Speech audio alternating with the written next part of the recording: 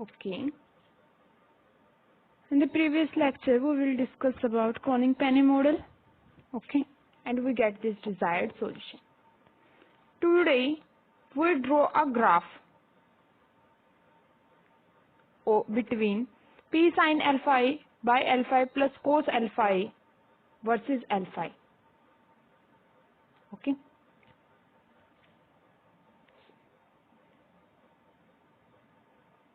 Let suppose the value of P, I take 3 pi by 2. It's something 4 point. When you calculate it, it is nearly 4.5 or 4.6. You can calculate it. Okay. Somewhere this. And sine cos form graph. Okay.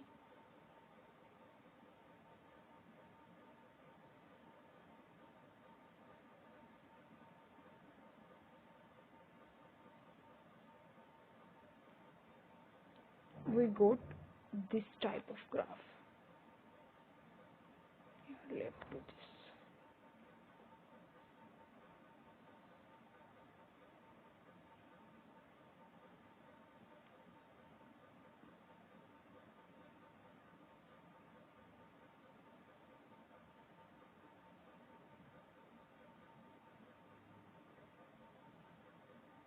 Okay, my drawing is not so good. Fine. Let it be.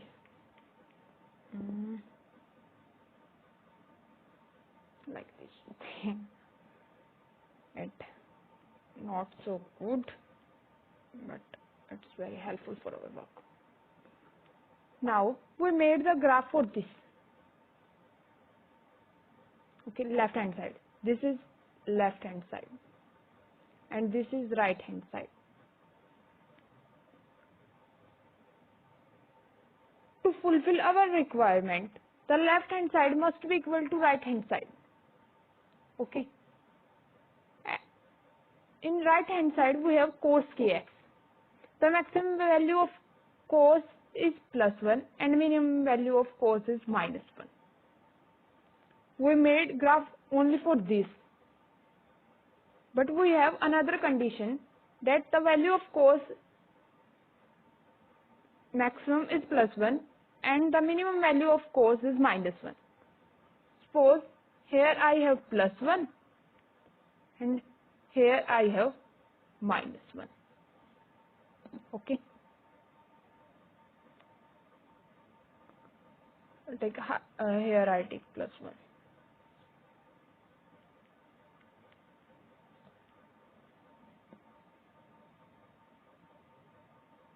+1 की जो हमारी max value होगी उसके लिए हमने अपनी boundaries बना ली. Okay. ऐसे सिमिलरली हम अपने -1 के लिए बनाएंगे.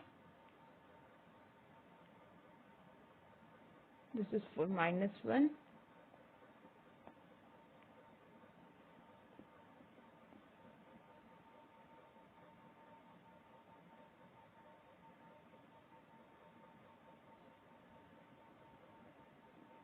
ये हमारी -1 के लिए होगी. अब देखो जो ग्राफ +1 से -1 के बीच आ रहा है वही पॉसिबल हो पाएगा क्योंकि वही फुल इक्वेशन को सेटिस्फाई कर रहा है. तो मतलब ये वाला पोर्शन से लेकर यहाँ तक, फिर यहाँ से लेकर यहाँ तक, ऐसे यहाँ से यहाँ तक, यही पोर्शन क्या है, वैलिड है. इससे अबाव का नहीं पॉसिबल. ठीक है. ये वाले पोर्शंस जो इन बाउंड्री से बाहर जा रहे हैं वो हमारे क्या है, पॉसिबल नहीं है. तो देखते हैं हमारे कितने एरिया पॉसिबल है. हम उसको ड्रॉ कर लेते हैं अपने को. ठीक है. ये ग्राफ लिटिल बिट थोड़ा सा अच्छा बनाएंगे तो आप इसको और क्लियर समझ आएगा आपको. मैंने थोड़ा ज़्यादा बड़ा बनाया है इसलिए बैंड ज़्यादा अच्छे से शो नहीं हो रही है अभी यहाँ।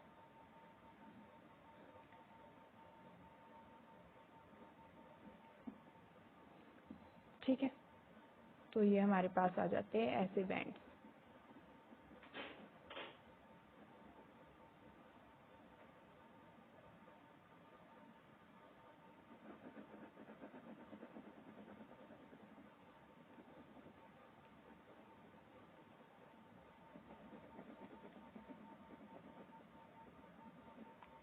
These regions are known as bands. These are known as bands, या you can say allowed region या allowed band. And remaining portion are known as forbidden, or you can say forbidden band or forbidden energy. Why we said this energy? देखो, जो alpha ए है, जो alpha था हमारा, वो actually क्या था? एनर्जी के डायरेक्टली प्रोपोर्शनल था। ठीक है, तो अल्फा ए से मतलब यहाँ क्या है? ये एक एनर्जी का स्केल बना रहे हैं हम, तो इसलिए हमने इन बैंड्स को क्या बोल दिया? हमारा फोरबिडन एनर्जी, या you can say allowed energy. ठीक है, ग्राफ कैसे बनाया है हमने? बिल्कुल सिंपल बनाया है। पी की वैल्यू सपोज कर ली मैंने 3π/2। ठीक है, तो पी की वैल्यू मैंने सपोज कर ली 3π/2। उसके बाद मैंने ये sine alpha a by alpha a plus cos alpha a के लिए ग्राफ बना दिया। इस तरीके का ग्राफ बनता है मेरा। ठीक है, अब लेफ्ट हैंड साइड है वो राइट हैंड साइड के इक्वल होनी चाहिए। कोस की मैक्सिमम वैल्यू क्या हो सकती है? +1 to -1। तो इस रीजन में हमारे पास क्या बन गए? बैंड्स बन गए, जिनको हमने बोल दिया फोरबिडन, और कुछ बैंड्स जो अलाउड है। ठीक है, सपोज मैंने जो पी की वैल्यू ली है मैंने खुद से कंसीडर किया 3π/2। सपोज मैं पी की वैल्यू ले लेती हूँ 6। ठीक है, या 7 ले ली मैंने। अब हम स्मॉल बना के दिखाते हैं आपको। ठीक है, मान ले पी की वैल्यू मैंने ऐसे ले ली, तो ये और नैरो हो जाएगी इस तरीके से।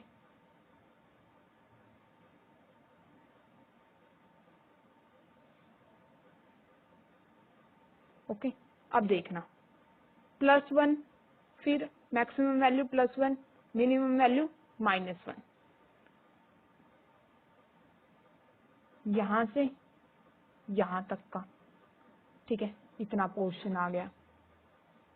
ये अलाउड है, ये अलाउड है, ये अलाउड है।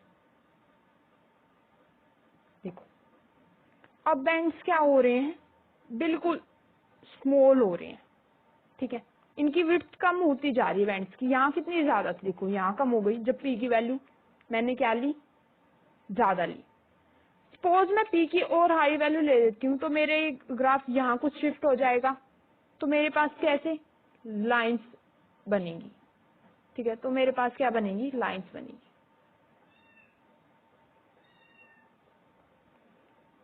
ठीक है, जब पी की वैल्यू मैंने इनफाइनाइटली बहुत ज्यादा ली।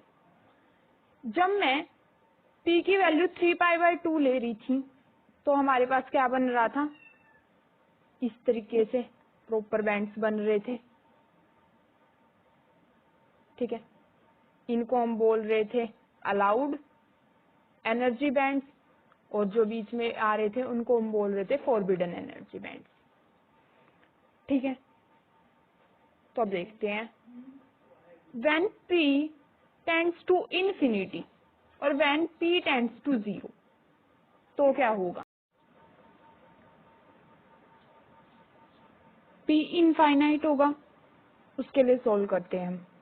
देखना, P को इनफाइनाइट लूंगी मैं, तो मैक्सिमम वैल्यू तो हमारी इस इक्वेशन की कोस की है, मतलब +1 ही आ सकती है। इसका मतलब साइन अल्फा ए को क्या होना होगा? 0। ठीक है, इसका मतलब क्या है? Sine alpha a must be equal to 0। Sine alpha a is equal to sine nπ। ठीक है, क्योंकि साइन 0 किस पर होता है? पाई वाले साइकिल पर। Sine π0, sine 2π0, sine 3π0। Therefore, alpha is equal to nπ, alpha is equal to nπ/a। Alpha square था हमारे पास, एनर्जी के लिए ये रिलेशन था। ठीक है, तो अल्फा स्क्वायर आ जाएगा n square pi square by a square. ये कहाँ से आया? क्रोनिग पेनी मॉडल की जब हम इक्वेशन लिख रहे थे तो अल्फा स्क्वायर को हमने ये सपोज किया था। तो हमारे पास आ गया n square pi square by a square is equal to 2m e bye h cross square. Rearrange करेंगे तो हमारे पास आ जाएगा e is equal to h square by 2m h cross square by 2m n pi by a का whole square. तो यहाँ से हमें पता लग रहा है कि जो एनर्जी है वो डायरेक्टली प्रोपोर्शनल है एन स्क्वायर के। मतलब हमारे पास जो क्रिस्टल लेटिस है वो क्या प्रोवाइड कर रहा है? Discrete energy levels. ठीक है, तो ये किसके सिमिलर आ गया? जो हमने पार्टिकल इन 1D में पढ़ा था, इसके सिमिलर, कि जब E1 है, E2 है, जब हमारा E1 था, ठीक है, जब हमारा E2 था,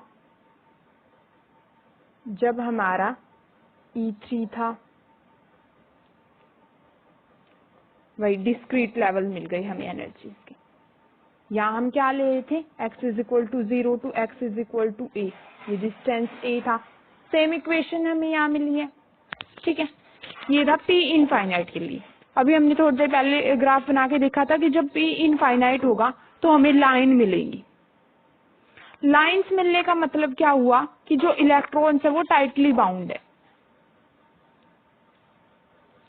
When p is equal to 0, जब p 0 है तो क्या होगा? cos alpha a is equal to cos k a, alpha a is equal to k, alpha is equal to k, that is alpha square is equal to k square.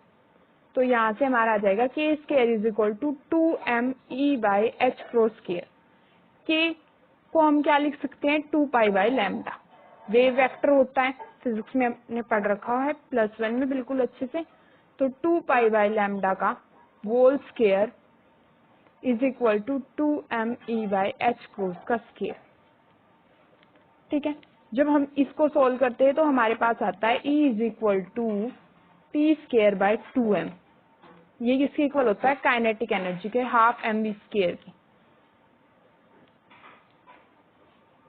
ठीक है, तो मतलब हमें नेट देखो, इन ग्राफ से हमें क्या मिल रहा है? इनसे हमें मिल रहा है कि जब p की वैल्यू क्या बताती है? p की वैल्यू कि हमें बैंड्स मिलेंगे। जब p की वैल्यू हमने 3 पाई बाय 2 ली थी तो हमें बैंड्स मिले, अलाउड और फॉरबिडन बैंड्स। ठीक है, जब p की वैल्यू 0 हो गई, अब देखो p की वैल्यू क्या हो गई है? 0। p की वैल्यू 0 हो गई है तो मतलब हमारे पास मैक्सिमम वैल्यू होगी +1, मिनिमम वैल्यू होगी -1। ठीक है, तो ये सारा रीजन ही पॉसिबल होगा। ठीक है, ये फुल रीजन पॉसिबल होगा क्योंकि p तो 0 आ चुका है। अब हमारे पास जितना भी रीजन बना वो सारा अलाउड रीजन हो गया।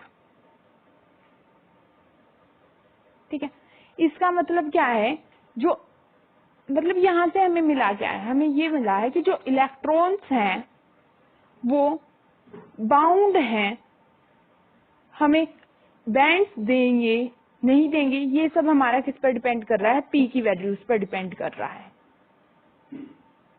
ठीक है, क्रोनिग पेनी मॉडल है वो सारे पुराने मॉडल्स को बता रहा है। देखो, वो बता रहा है कि हमारे पास डिस्क्रीट एनर्जीज होती हैं सिस्टम में। ठीक है, जो एनर्जी है वो हाफ mv स्क्वायर के इक्वल है। मतलब जो इलेक्ट्रॉन्स होते हैं वो सिर्फ काइनेटिक एनर्जी पॉजेस कर रहे हैं। ठीक है, यही तो हमने ये पार्टिकल इन 1D में हमने यही पढ़ा था। उससे पहले हमने ड्रूड थ्योरी में पढ़ा कि वो काइनेटिक एनर्जी पॉजेस करते हैं हाफ mv स्क्वायर। ठीक है, तो ये सारा था हमारा टोटल क्रोनिग पेनी मॉडल। अगर इसके रिगार्डिंग आपको कोई डाउट है तो आप मुझसे कमेंट सेक्शन में पूछ सकते हैं।